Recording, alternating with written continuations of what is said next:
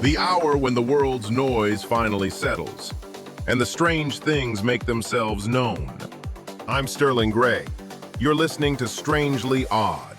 Pull up close. We've got a long night ahead of us. Tonight, friends, I want to talk to you about the numbers. If you've ever spun the dial on a shortwave radio, late when the band goes long and the whole world crowds onto one little stretch of frequency, you've maybe heard them. A voice, usually a woman, sometimes a child, reading numbers, just numbers, group after group after group, in no language, to no one. We call them number stations, and officially, they don't exist.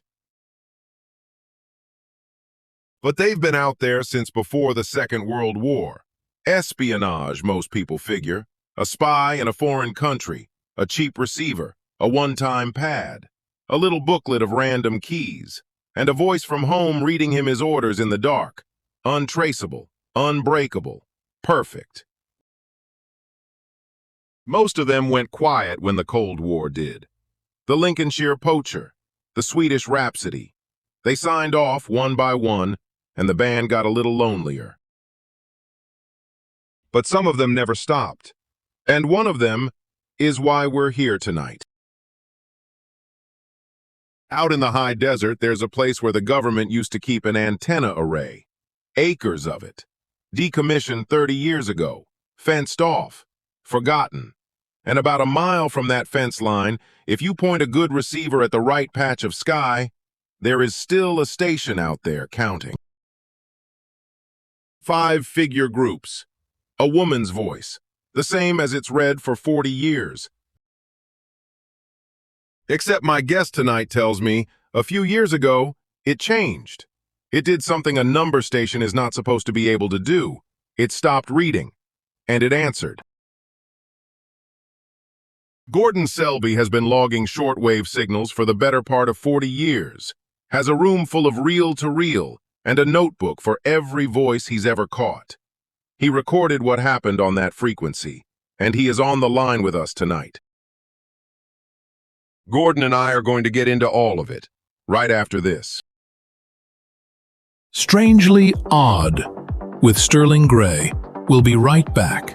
Stay close. And whatever you do, don't touch that dial. Strangely Odd is brought to you by Double Secret Labs. We do science, so you don't have to. What they actually do over there? Well, nobody's quite sure. I'm not certain they'd tell you even if you asked. But they keep these strange hours lit. So like and subscribe to Double Secret Labs and find Strangely Odd on YouTube or wherever you listen to your podcasts. Remember the name. Double Secret Labs. You're listening to Strangely Odd. You know who I'm talking to. The night shift, the truck drivers, the dispatchers. The ones who watch the moon do its slow rotation while the rest of the world sleeps. Sleepless Nights coffee was made for you. And for me. Dark roast, fair trade, brewed by people who've worked third shift themselves. A bag a month, mailed direct to your door. Sleeplessnights.coffee. They keep me going. They'll keep you going too. You're listening to Sterling Gray on Strangely Odd. Sit tight, night owls. You're right where you need to be. And we're back. You're listening to Strangely Odd. I'm Sterling Gray. On the line with me now is Gordon Selby, Signals archivist, shortwave man, 40 years of listening to the parts of the band the rest of us scroll right past. Gordon, welcome to Strangely Odd. Thank you, Sterling. Thanks for having an old man on. I don't do a lot of talking, you understand. I mostly listen. Well, that's exactly what we want tonight. Let's start simple for the folks who've never spun past the music stations. What is a number station? Okay, so picture the shortwave band late at night. You've got your broadcasters, your hams, all that. And then you land on a dead carrier, just a hum. And out of the hum comes a voice. And it says 3, 7, 3, 9, 1. And then it does it again. And it just keeps going. 20 minutes, half an hour. No station ID, no sign-off you'd recognize. Just groups of numbers, usually 5 at a time. And the thing people don't get is, those aren't random. Somebody, somewhere, is writing them down. They mean something to exactly one person on Earth. The spy, with the one-time pass. That's the theory, and I think it's mostly right for the old ones. See, you can't trace a radio that's only listening. No way to know who's out there copying. It's the most secure system anybody ever built. And it's 100 years old, and it runs on a set you could buy at a yard sale for $10. And you've been listening to these your whole life. Since I was 16, Sterling, 1983, my dad brought home a receiver from a surplus sale, and I just never stopped. I've got logs going back 4 decades. Every station I ever caught, the frequency, the time, the voice. Tell me about the voices. Okay, this is the part that gets under people's skin. A lot of them are synthesized, stitched together from somebody who recorded the digits 0 through 9 one time, decades ago. And then a machine just assembles them. So you're hearing a person, maybe a dead person, read you a number she never actually said, in that order. There's one they call the Swedish Rhapsody. It's a little girl's voice, and it'll put a chill in you.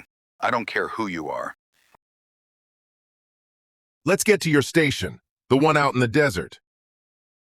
Right, so and I'm not going to give the exact frequency on the air, Sterling. I hope you'll forgive me. Of course. Of course. But there's a counting station I've logged since, the mid-90s. Comes up out near an old array the Air Force built and then walked away from. Big antenna field, all rusted now. Fence around it, signs, the whole business. And the station transmits from somewhere right in around there. Same schedule, near enough. A woman's voice, 5-figure groups, 40 years. Same voice, same cadence. What was the array originally? What was it built for? Officially, over-the-horizon radar. Early warning. You bounce a signal off the ionosphere and you can see past the curve of the Earth. See what's coming before it tops the horizon. They built a whole mess of these in the Cold War, and most got torn down for scrap. This one, they just locked the gate and left the towers standing. And I'll tell you what I think, Sterling. When you leave an antenna that big standing out in the desert for 30 years, it's still an antenna. It's still pointed at something. The only question is what's using it now. Synthesized, like you said. I always assume so, yeah. It's flat, no emotion in it. Reads the numbers, signs off with a little tone sequence, and it's gone. I must have logged it 300-400 times. It was almost comforting, like an old clock down the hall. After a while, you stop hearing it. Until you heard it. Until the 9th of March, 2019. Tell me about that night, Gordon. It was late, 2 in the morning, maybe later. I've got the station up, I'm half asleep, logging it like always.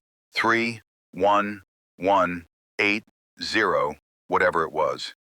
And I do something I almost never do. I keyed up my own transmitter. Wasn't even thinking about it. I just said my call sign, into the dark, out of habit, just to hear myself, I suppose. It's a lonely hobby, Sterling. You transmitted on the same frequency. Right near it. And you have to understand, nothing's supposed to happen. It's a recording. It's a machine in a shed somewhere, out in the sand. It doesn't have ears. What happened? It stopped. Mid-group. It was reading a number and it just stopped. Dead air. And Sterling, in 40 years, that voice had never once missed a beat. Never. And now there's just carrier. Hum. I timed it later, off the tape, 11 seconds. And then it came back. And it didn't read numbers. What did it say? It read my call sign back to me. Gordon. Same flat voice, same woman. Read my call sign, the letters, the numbers, in her cadence, like it was just another group. And then she said, "Good evening." Good evening. 40 years of numbers, Sterling. And the first words I ever heard that station say that weren't a digit were to me. Did you answer? I couldn't. My hand wouldn't. I just sat there, heart going like a hammer. And after a minute, it went back to the count. Picked up right where it left off, like nothing happened. Finished the broadcast. Signed off with the tone. Gone. And you had it on tape. I had it on tape. I've played it for maybe 4 people in 6 years. Had it analyzed by a fellow who does forensic audio down in the city. He says it's the same voice profile as the rest of the broadcast. Same source. It is not spliced in. Whatever read those numbers, read my name. Gordon, I've got to ask you the skeptic's question. Please, please do. I ask it of myself every single day. A ham operator. Somebody local with a sense of humor. Hears your call sign go out, decides to have some fun. Records a voice to match, jumps on the frequency. Yeah, and I wanted that to be true so bad I could taste it. But think about it. To match that voice, the synthesized one, in 11 seconds, live, at 2 in the morning, on a dead frequency nobody's supposed to even know about, and insert my call sign in the exact cadence? 11 seconds, Sterling. I've got the gear. I've tried to build that. I cannot do it in 11 seconds. Nobody can. So what do you think it is? I've had 6 years to think about it, and I still don't. Okay, here's where I've landed. And I'll be honest, I don't much like it. Go ahead. I think that station stopped being a recording a long, long time ago. I think there's something out there on that frequency by that dead array. And it's been reading numbers in a dead woman's voice for 40 years because that's the shape it found, the mask it could wear. And most nights, nobody's really listening. They're copying, they're logging. In 40 years, I don't think anybody ever just said hello to it. Until you did. Until I did. And it answered. Because finally, somebody knocked. Gordon, did you ever go out there? To the array itself? Once, about a year after, I had to. You understand, I'd spent my whole life listening to this thing through a wire, and I needed to stand where it was. So I drove out, day and a half, got there near, 2 in the morning, on purpose because that's when it transmits. What's it like out there? Nothing, Sterling. That's the thing. It's nothing. A chain link fence going off into the dark both directions. Signs all faded, and behind it the towers, dozens of them, big steel things, rusted orange, just standing in the sand. No power to the place. Hasn't been in 30 years. No building, no shed, no transmitter hut. Nothing that could put out a signal. I walked that fence line with a meter for an hour. And the meter. Pegged. The signal was strongest dead center of that field, right in among the dead towers, coming up out of the ground, near as I could tell, out of a place with nothing in it. And I'm standing there at the fence, 2 in the morning, freezing, and I'd left my truck radio on, tuned to the frequency, out of habit. Gordon. The count came up, right on schedule. That woman, those numbers, drifting out the truck window across all that sand. And I'm looking at the exact spot it's coming from, and there is nothing there. And then it stopped. 11 seconds. Out there in the open, Sterling, and it said, "Good evening, Gordon." While I was standing at the fence, like it could see which one of the dark shapes by the road was me. It knew you'd come. I got in the truck and I drove till the sun came up.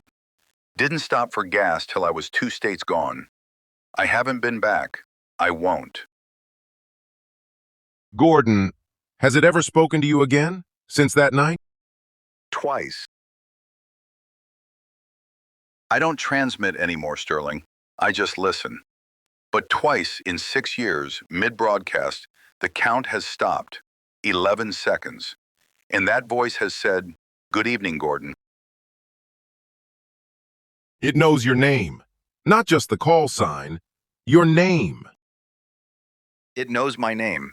In Sterling, I never once said my name on the air. Not in 40 years. Not one time. Gordon, do you still listen to it, knowing all that? Every night it's scheduled. I can't not. Look, I'm 72 years old, Sterling. My wife's been gone 4 years now. The kids call on Sundays if they remember. And there is a voice out in that desert that knows my name and stops what it's doing and says good evening to me. I don't know what that is. I don't. But I'd be lying to you if I said it was only fear that keeps me tuning in. Company. Yeah, God help me. Company. Gordon Selby, folks. Gordon, will you stay through the break with me? I want to open the phones. And I've got a feeling some of our listeners have spun past something on that dial they've never been able to explain. I'll stay, Sterling. I'd be glad of the company. Stay close, friends. The phones are open right after this. You're listening to Strangely Odd. Strangely Odd with Sterling Gray. We'll be right back. Stay close. And whatever you do, don't touch that dial. You ever wish you could keep reading after the show ends? The Night Atlas Book Club is for you. One title a month, hand-picked. Out-of-print paranormal classics, oral histories from witnesses who never wrote books of their own, the occasional novel that gets at the truth sideways. Mailed to your door, wrapped in brown paper. This month, we're reading a memoir by a Forest Service tower watcher who spent 12 summers in the Cascades. Saw some things. Wrote them down. Most of them anyway. Night Atlas Book Club. Find us at nightatlas.club. $12 a month. Cancel anytime. But you won't want to. You're listening to Strangely Odd. If something we said tonight rang a bell for you, tell somebody. Word of mouth is how the strange hours survive. Always has been. Share the show. Talk about it tomorrow. Or don't. And keep it for yourself. Either way, friend, we're glad you're here. You're listening to Sterling Gray on Strangely Odd. Sit tight, night owls. You're right where you need to be. We're back, and the lines are lit clear across the board. Gordon Selby is still here with me. Folks, let's get right to it. First up, Marie, calling in from Arizona.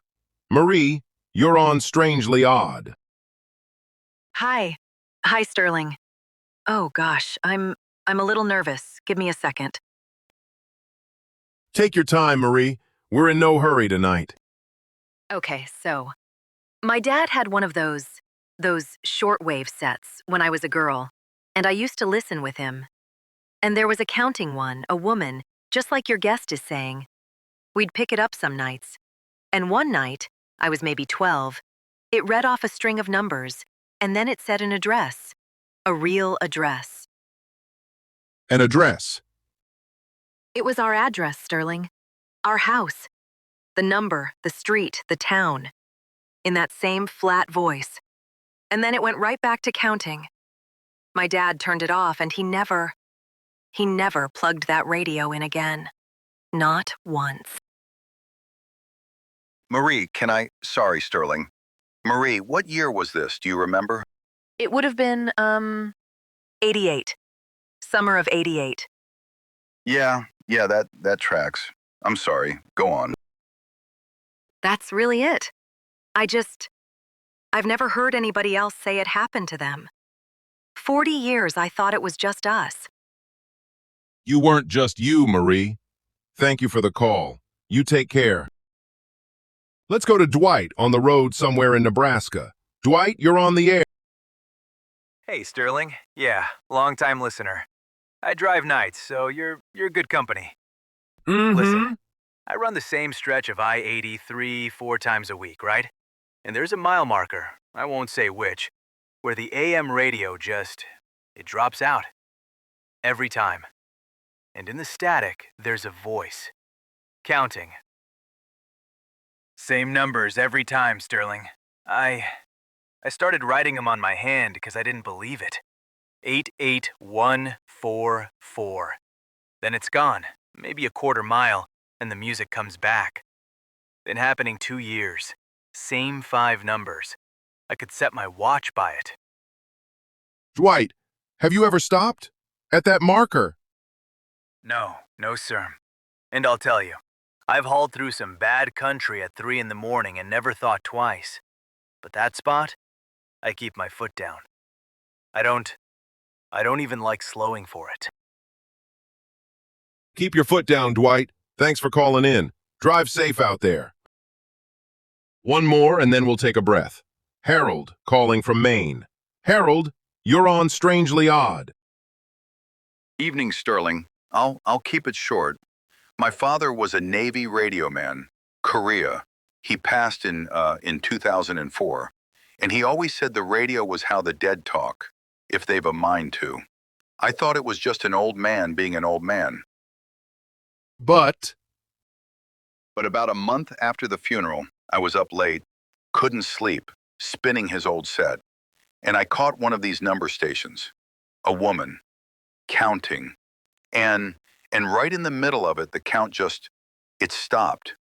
And it was his voice, my father's voice, reading the next group, 5 numbers, in his voice. oh, Harold. And then the woman came back and finished out like nothing. I've spun that dial every night for 20 years, Sterling, hoping. It's never been him again, just her, always her, counting.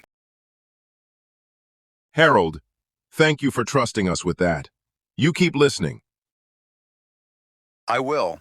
Good night, Sterling. Sterling, that one, Harold's. In 20 years, I've heard maybe a dozen like it.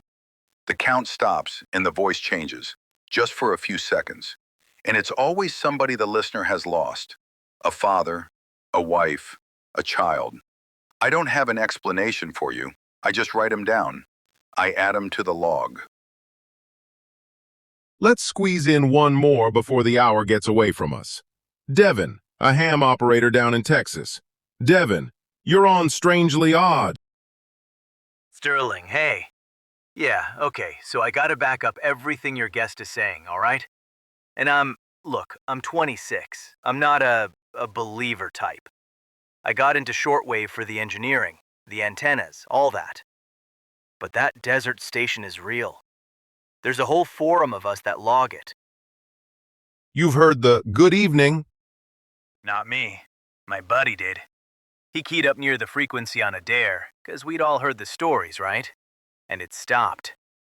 11 seconds. Exactly like Gordon said, 11. And it read his call sign back and said good evening. He's got the recording. It's online. And Sterling, here's the part that actually freaks me out as the engineer. We triangulated it. 3 of us, 3 different states, took bearings on the signal. And where did the lines cross? Dead center of that old array. Where there's no power, no transmitter, no nothing. Gordon walked it, he knows. Just rusted towers and sand. So yeah, we don't transmit near it anymore. It's kind of an unspoken rule on the forum now. An unspoken rule among the people who'd know best. You don't knock, Sterling. That's the rule. You just listen. You just listen. Devin, thank you. Stay safe out there. Folks, callers from every corner of the country tonight. And one voice on the dial. Counting. We've got one more light on the board. No name on this one. The screen's just blank. That happens sometimes late. Caller, you're on Strangely Odd. Go ahead. Sterling, it's me.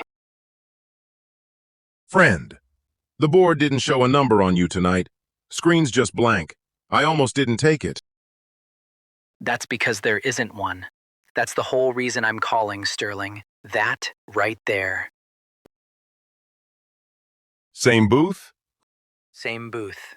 Out on the highway like always. 40 years I've called you from this box, and 40 years it's been a one-way street. I put my quarter in. I call out. That's how a payphone works. Mm-hmm. Tonight, it rang.